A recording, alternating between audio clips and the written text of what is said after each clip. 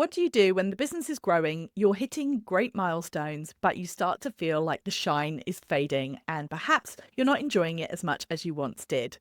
That is the case with Katie Glickman, the founder of Bibbilyboo Bibs, who is joining us today on the podcast, rejoining us, I should say. Katie was originally on the podcast many years ago talking about how she successfully has used awards to grow her business. And today she joins us to tell us more about her amazing story with Bibbilyboo Bibs, where it's been going over the last couple of years and what her experience has been like being part of my mastermind, also known as Retail by Design. Welcome to the Resilient Retail Game Plan, a podcast for anyone wanting to start, grow or scale a profitable creative product business with me, Catherine Erdly. The Resilient Retail Game Plan is a podcast dedicated to one thing, breaking down the concepts and tools that I've gathered from 20 years in the retail industry and showing you how you can use them in your business.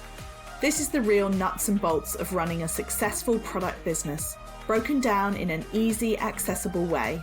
This is not a podcast about learning how to make your business look good. It's the tools and techniques that will make you and your business feel good. Confidently plan, launch and manage your products, and feel in control of your sales numbers and cash flow to help you build a resilient retail business.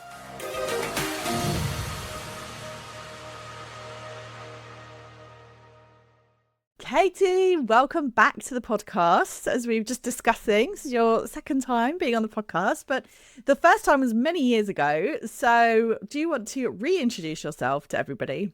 Absolutely. It's so good to be back, Catherine. You know, I always love talking to you. I'm Katie Glickman. I'm the founder of Bibbilyboo. We specialise in waterproof dribble bibs for babies mostly, but we do also expand our range to older ages for disability.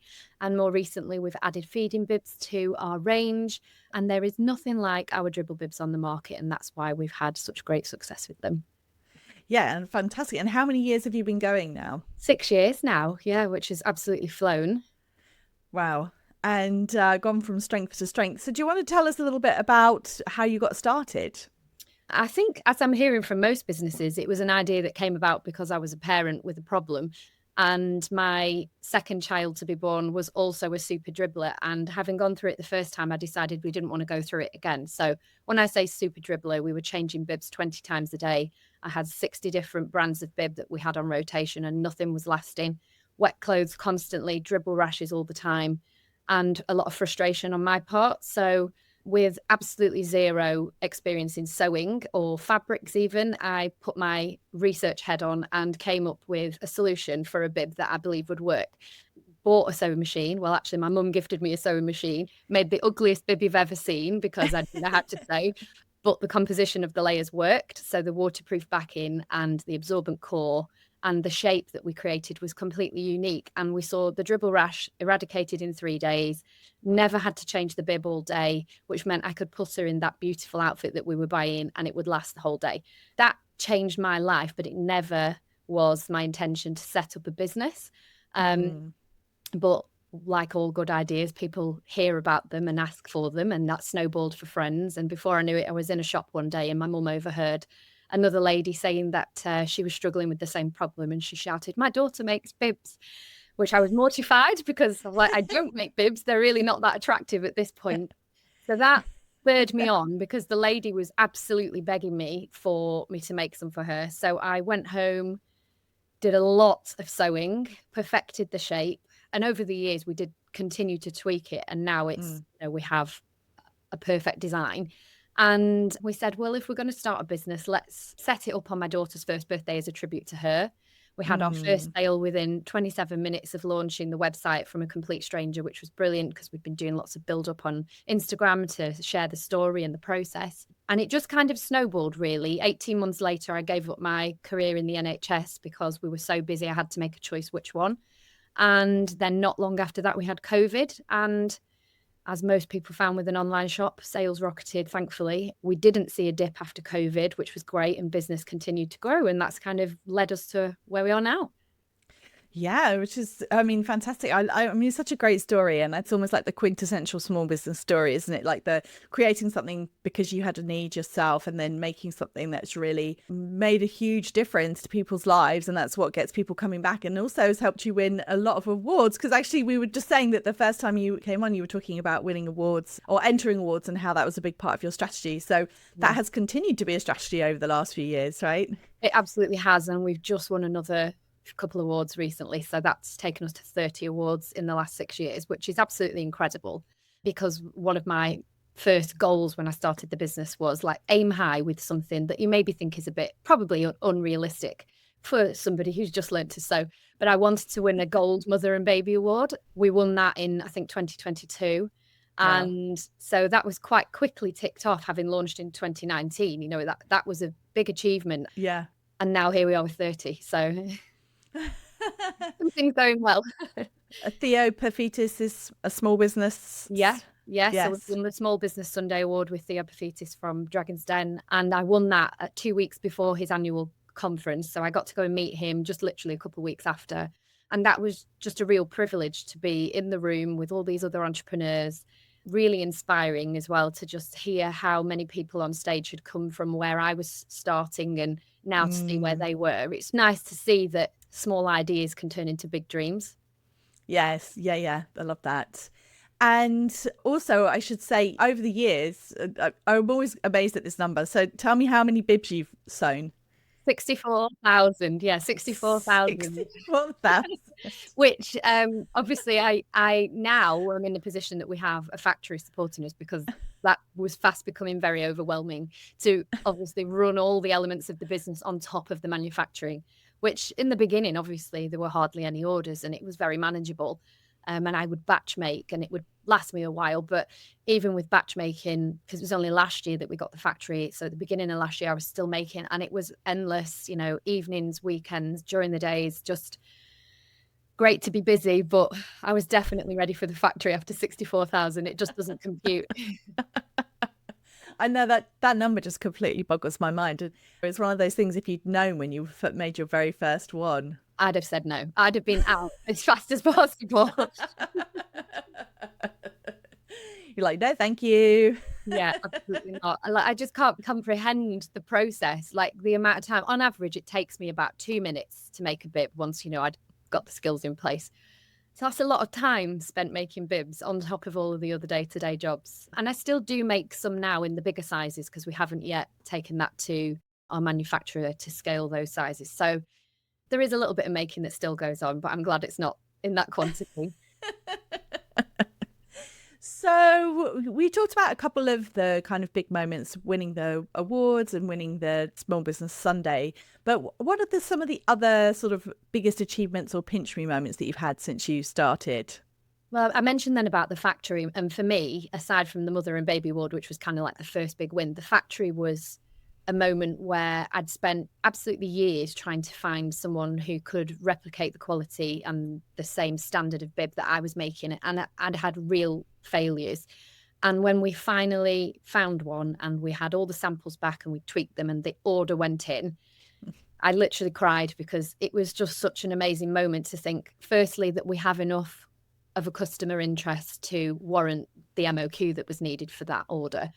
But also to know that all this extra work I was doing with sewing was going to come to an end, and I could start to actually focus on the things that I was really more suited to do and more passionate about behind the scenes. And it made such a difference to our business, because having the factory then led on to being able to attend all of the baby shows in the country, which we were only doing 1 or 2 a year before that. And it meant that I could also start wholesaling, which was a real dream of mine, which we have now achieved. So that was the other big pinch me moment, really, was when we got our first stockist. And we're now stocked in 14 shops, which we only started sort of autumn last year. And I will admit it's something that's kind of fallen on the back of the to-do list at the moment to pursue. But being able to go to the trade shows last year, and also now being stocked in the UK's biggest baby store, which is incredible. That's such a massive pinch me moment to know we are in that huge shop, and we've had great feedback from them as well.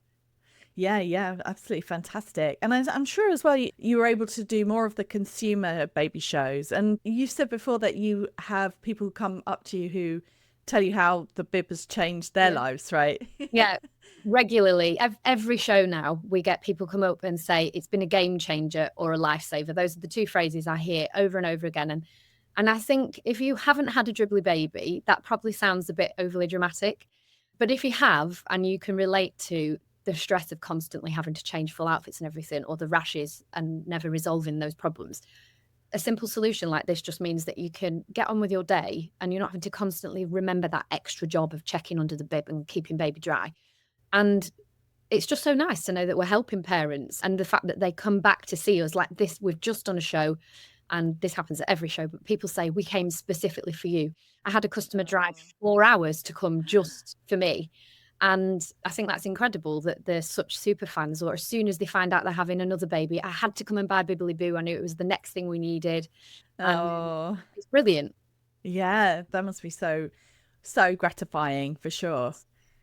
And to think that yeah, you've taken that idea all this far.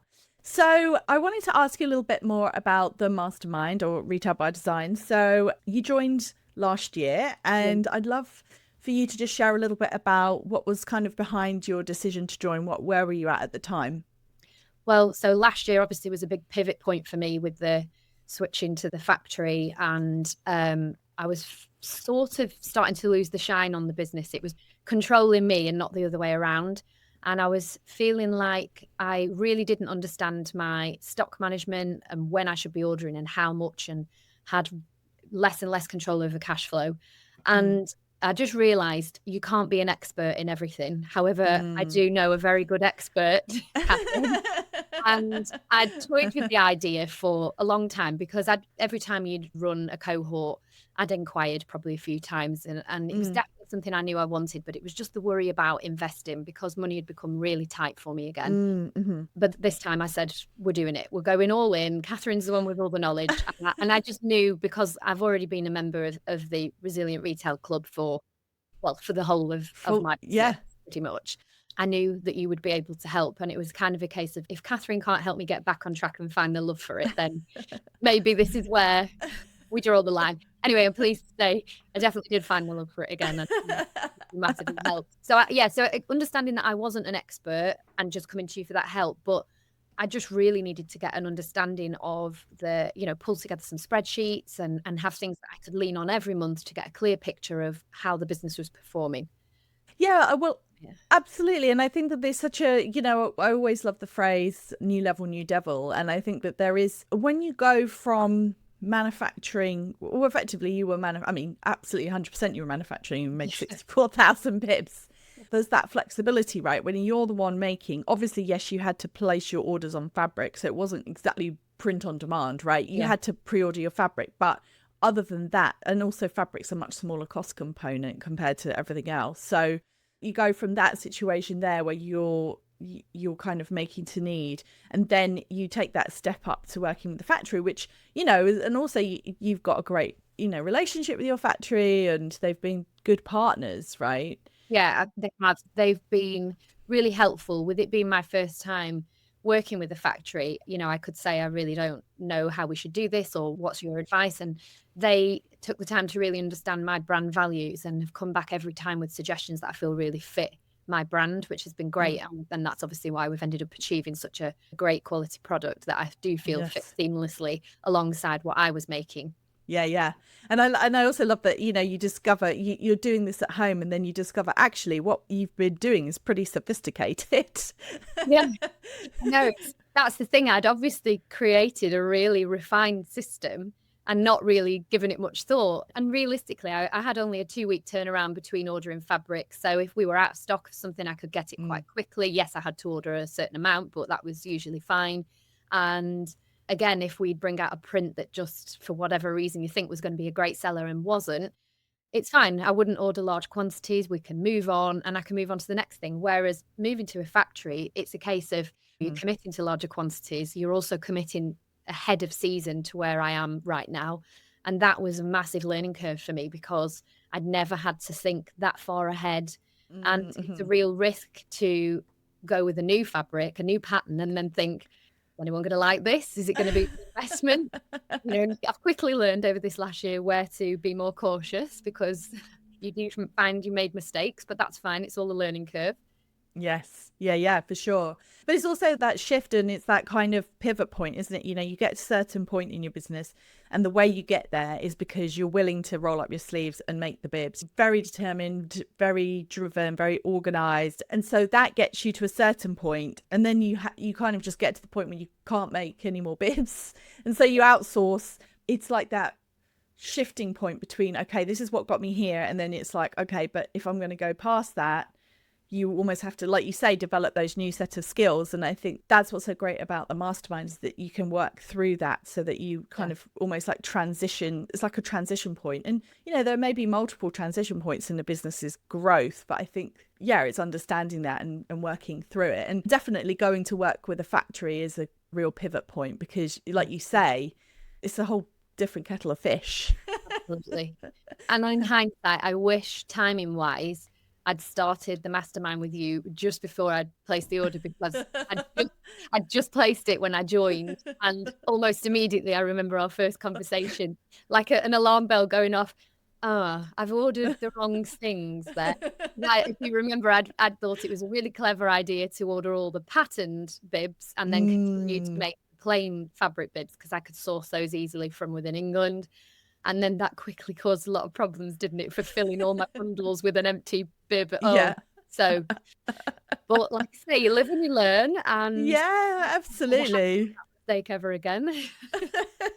Yeah, you just have to look at things differently. And I think it's really, I find it fascinating, because, so many people, when you talk to them and they're first starting out, everybody believes what they need is more sales, which obviously we all need more sales. Like, no one's denying that. But it gets to the point where actually people have this belief that all you need to do is get more sales and then everything will be fine. But then as you get bigger, it's like the numbers get bigger, right? The sort of invoices you have to pay get bigger. It can bring that sort of level of uncertainty that you may not even have had before. You may have felt very certain, and all of a sudden get to that point where you're like, oh, hang on a minute.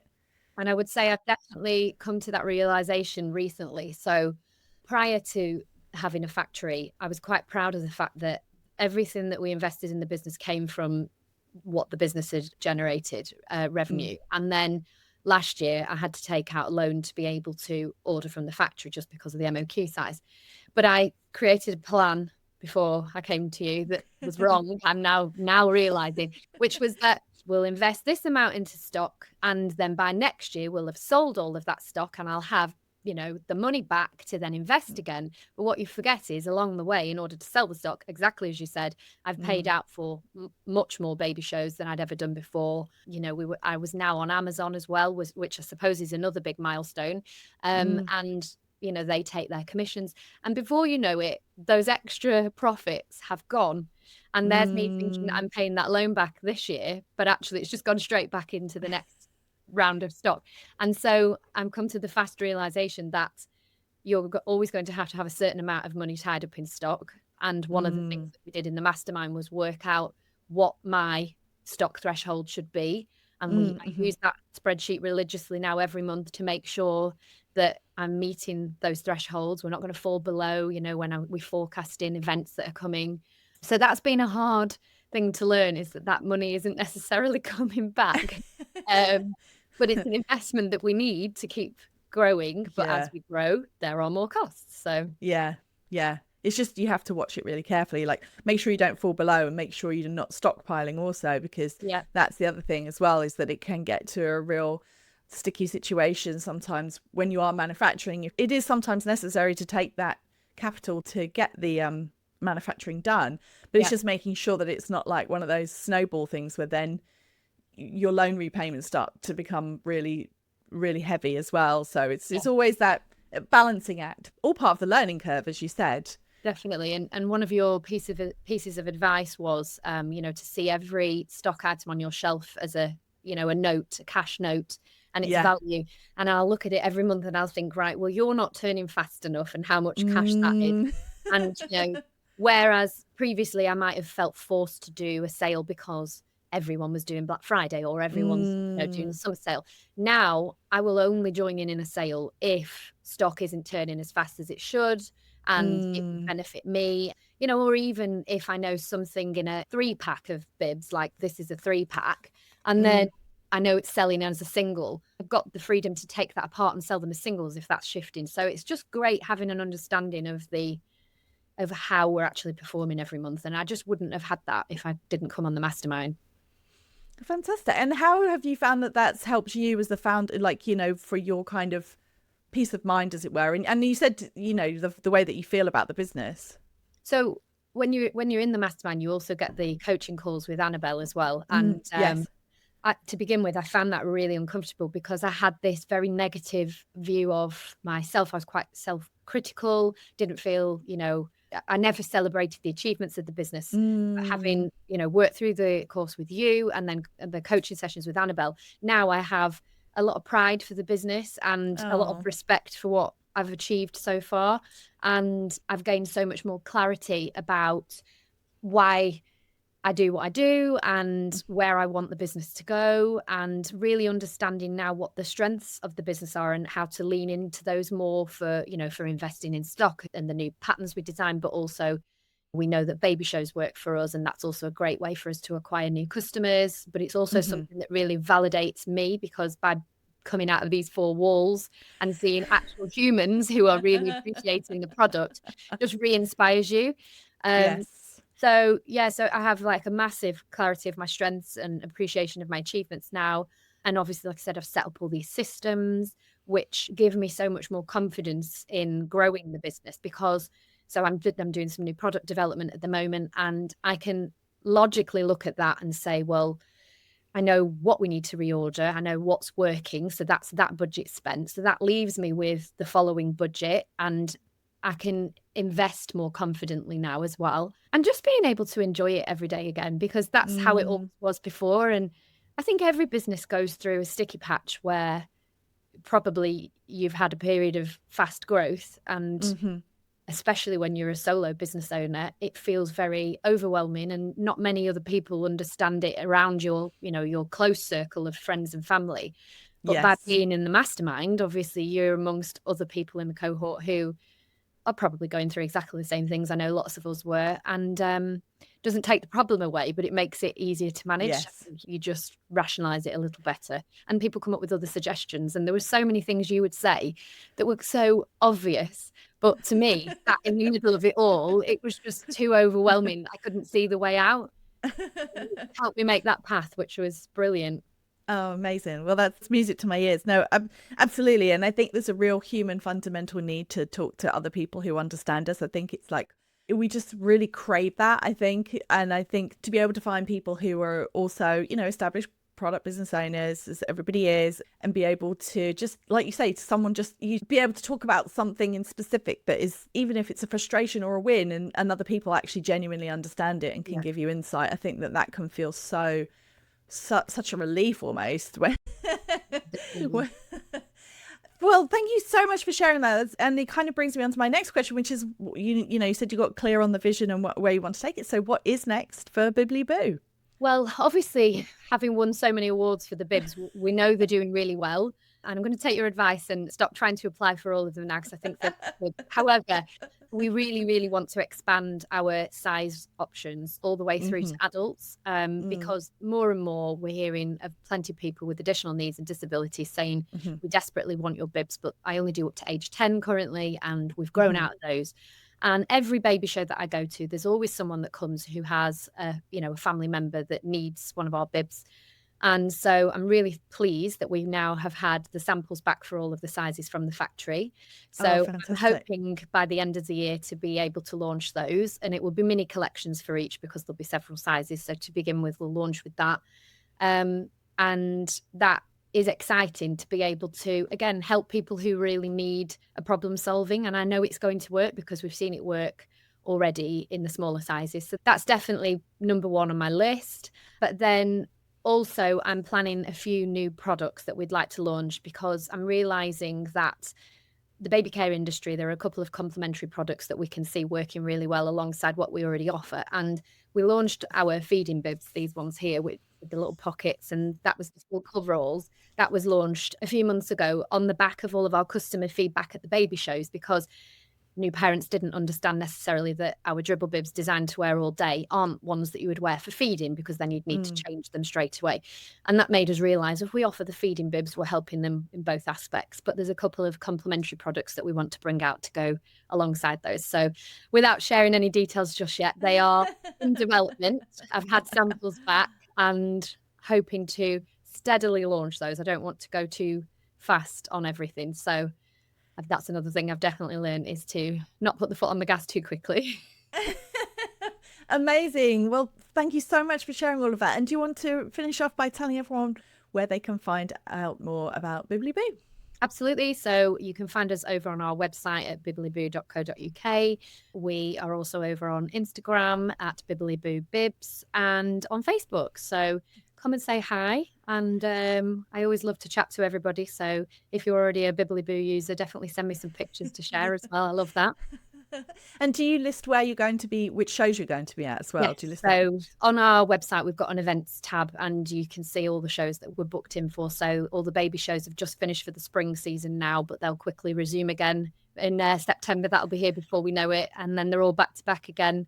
And we do visit all the way across the country. We've just been to Scotland. We've been down south. We'll be in Manchester. So all over. There'll definitely be somewhere near you. Thank you so much for tuning in. I hope you've enjoyed today's episode. Why not head over to Instagram at Resilient Retail Club, say hi, let me know where you're tuning in from. I absolutely love to see it when you share photos. And if you have a moment to rate and review the podcast in Spotify, it's super helpful in terms of getting it out there in front of other people. I should say you can rate it inside the Spotify app. You can write a review and rate it inside Apple Podcasts. And of course, if you like, follow or subscribe, you'll be the first to know about each new episode when it comes out on a Thursday morning. See you next week.